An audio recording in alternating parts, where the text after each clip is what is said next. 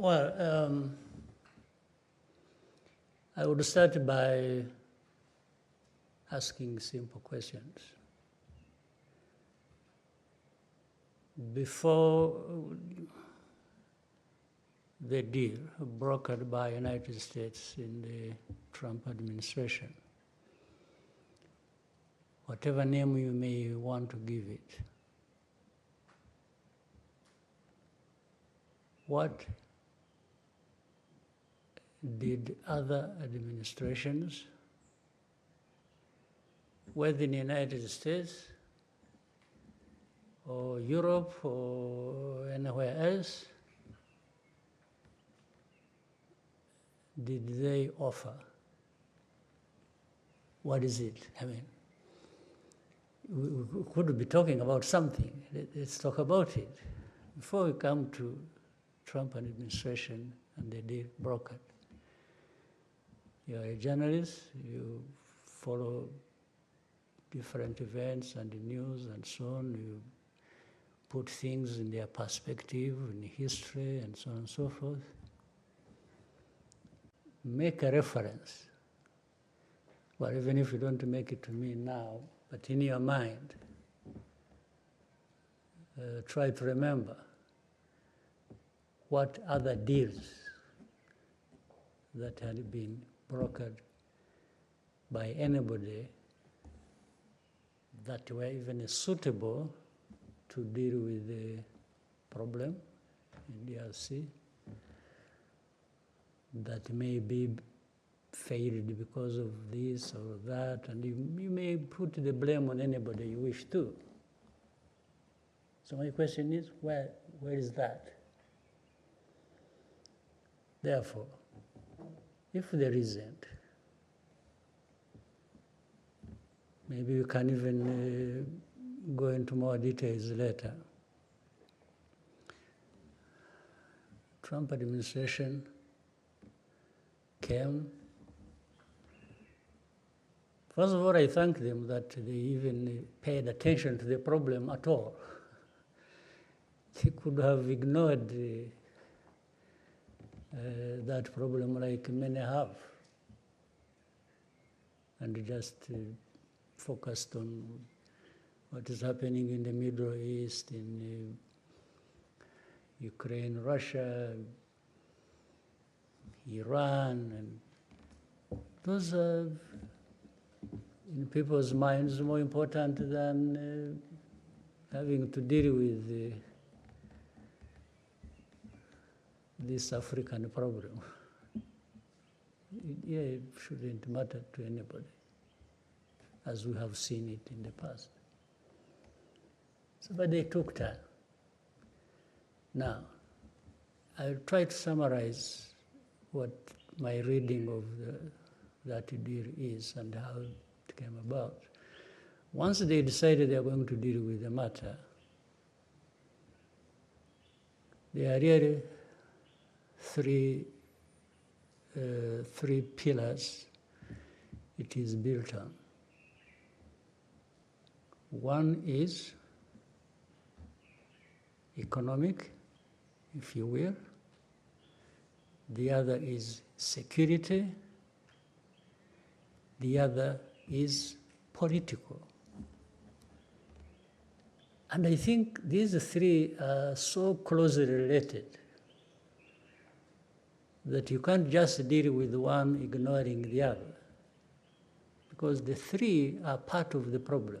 In fact, the main parts of the problem. Now, people tend to concentrate more on economic for a reason. I think some of the players in the region were concerned with the problem. They had in their mind to leverage these resources because they think the resources are very attractive. So therefore they would, like throwing a bait, and saying, I'll give you this, I'll give you so you control this, which everybody is, in the world needs and may. So I'll give it to you. But those who threw the bait to those who would help in the problem, we're really not looking for a durable solution to their problems or to the problems that affect us in the region. They just wanted to have an advantage over adversaries and give a sweetener to people to say, we'll give you this, please help us deal with M23 and FCM23 or Rwanda as it is perceived, or our enemies.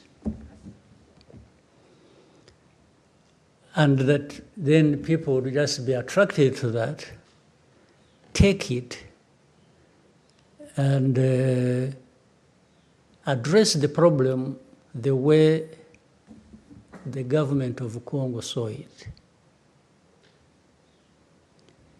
No, but the Trump administration kept looking at a combination of these three matters that need to be addressed: the political, the security, and the economic.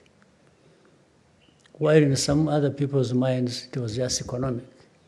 You want a deal, you want money, you want minerals, you want please take it, and save us from these troublemakers, even if it doesn't address the problem, depending on how they see it. So I'm sure that is what is still affecting, and maybe will affect, the implementation. Because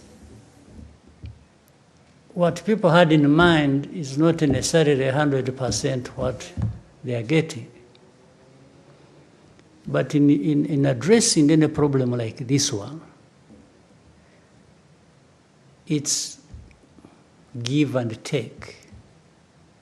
You don't get 100% what you want, because there are many parties concerned with the problem. Each one maybe gets a piece of what they wanted, another gets a piece of what they wanted, and together stability comes out of it. So for me, I think there is a chance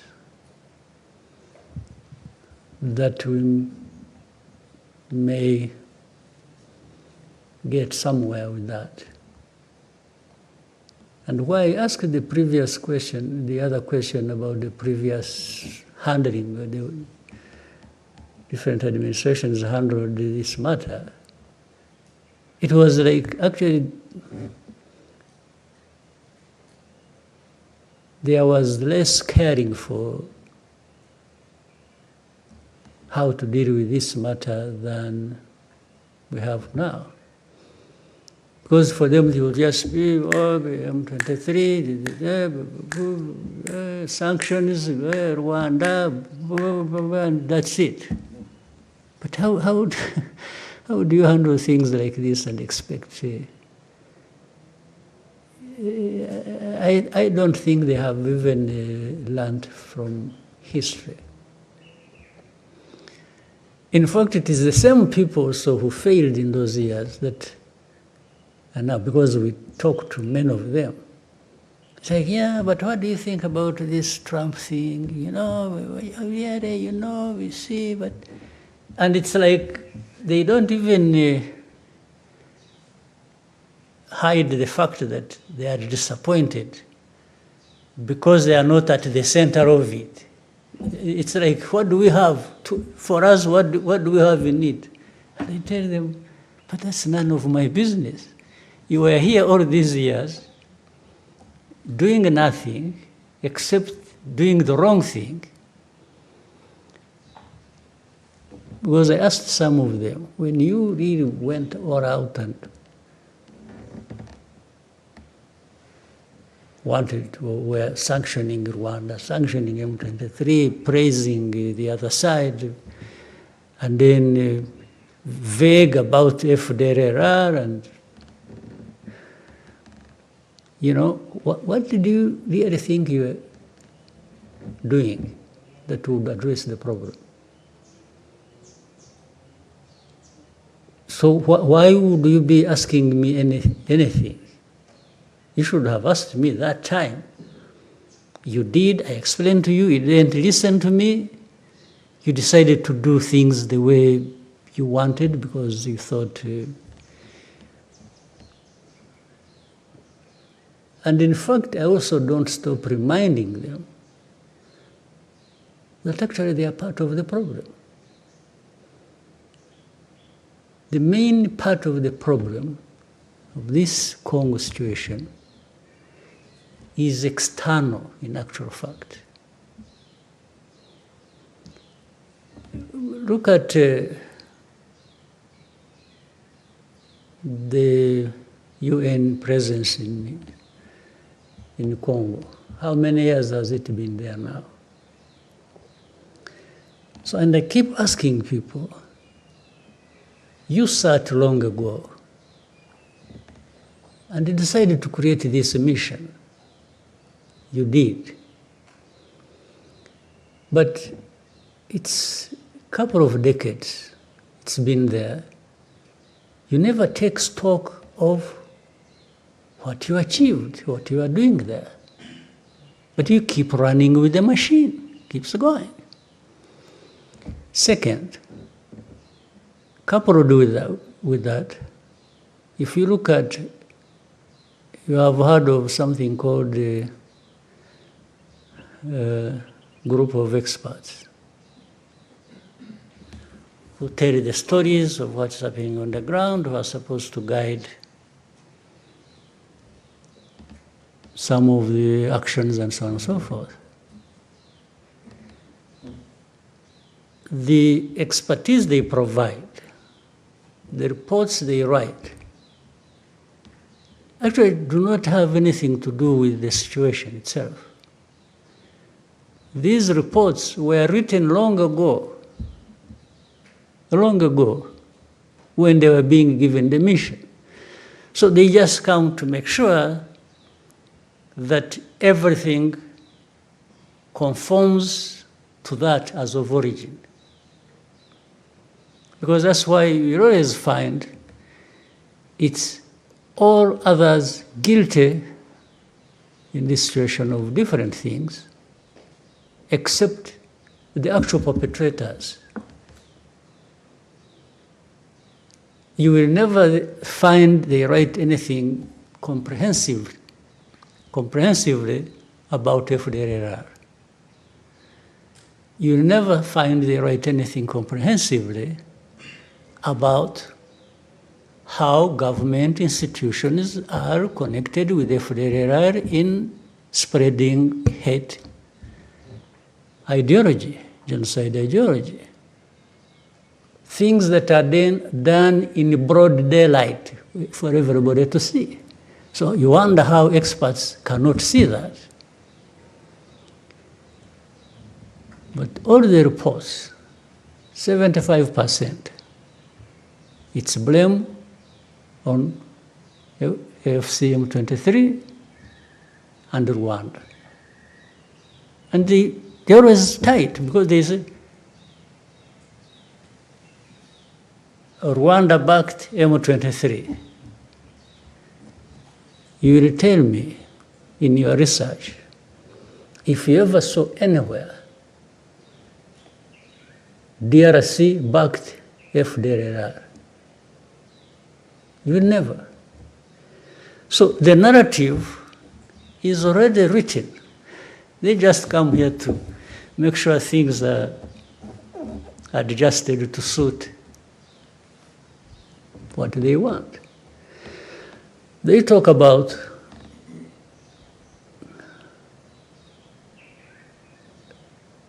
minerals as the center of the whole problem.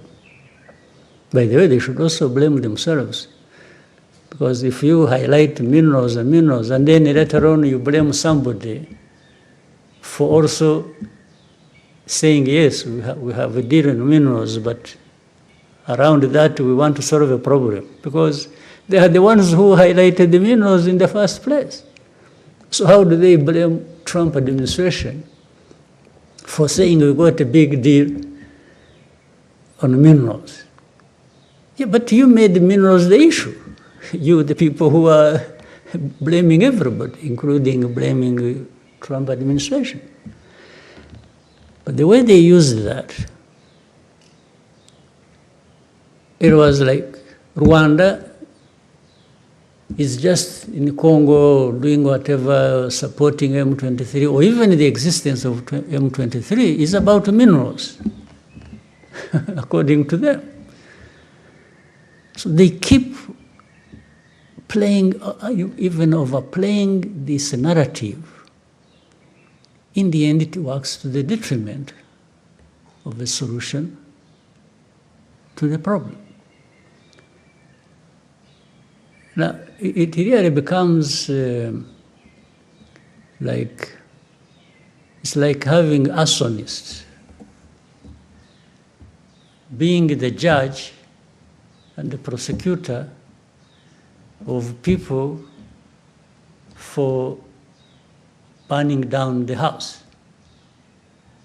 The very ones who burnt down the house are the ones in the seat to judge,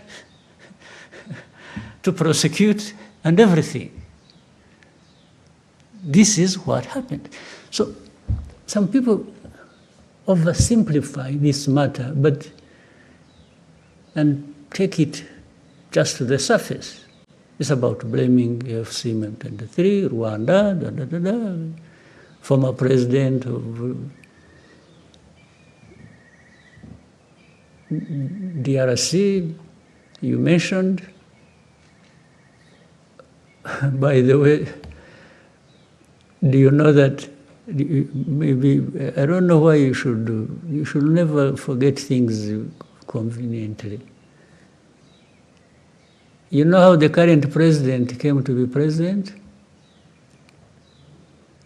He was just called to the office, and this man thought he was making a good deal, and they handed him power. Do you also know that actually there were witnesses, heads of state? Did you know that?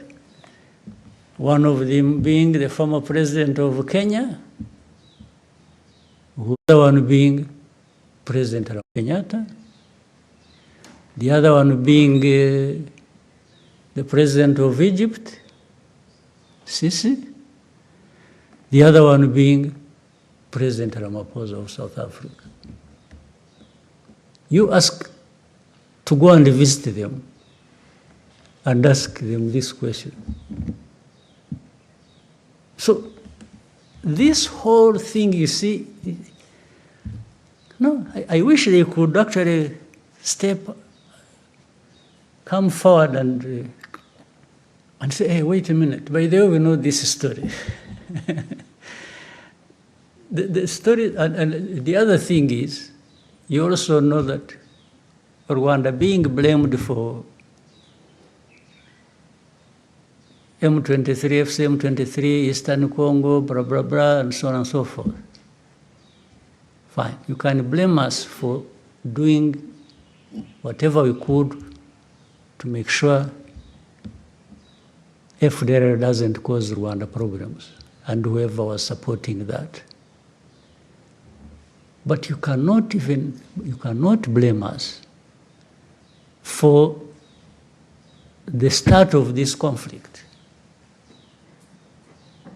because everybody knows where this conflict started from and by who, and it is nothing to do with Rwanda. This M23, I have said it before, came from Uganda. They did not come from here. Why was it not made Uganda's problem? Are these things I'm talking about new to you? You don't know them? But the story goes out there, it's every day, Rwanda, M23, Rwanda. Yes, but you should also tell people how this became Rwanda's problem. Our problem was simple, twofold. FDLR it has been a problem in the past, it's a problem now, it will be a problem in the future if it continues to exist, threatening Rwanda. There is no way.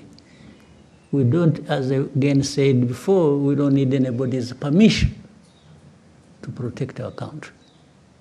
It doesn't matter. So that one put aside. The other one is this Congo uprooting its own people from their ancestral homes and from wherever, and Rwanda has nothing to do with how Kinyarwanda speaking people went to Congo. Nothing. We cannot be blamed for it. But they've been killing people in broad daylight. They've been moving them from their homes and making them refugees here. You know how many thousands, tens of thousands, hundreds of thousands of people originating from there who are refugees here. So the fact that we are hosting these people, the fact that we are saying we can't accept FDLR, is it a problem that Rwanda should be blamed for? Is it a complicated problem that groups of experts cannot see? So I've given you a very wide explanation to the very simple question you asked. Whatever solution that does not address these important matters to be addressed will just keep the problems between Rwanda, DRC, the whole region, and wherever else going forever. But the matter is simple. If you don't play games, if you don't allow genocide ideology to take over the region, and then things can be addressed. So for me, I'm thankful to President Trump's decision. And by the way, even if it doesn't work, I don't think they should be the ones to be blamed. They are not the ones to blame. Because in the end, they are not the ones to implement what we have agreed. They just brought people together concerned with the problem, and they've introduced a new way of approaching this problem, which has not been forthcoming from others. And so here, it's our job, it's our task for us in the region to implement that, or DRC or Rwanda to implement their part of the bargain in the agreement. But of course, it helps if the United States administration remains close by to follow up and says to people, well, you said you would do this, what happened? They have some leverage over the matter. So I think I have, I did it so broadly to preempt other questions related coming. Yes, okay. Thank you so much.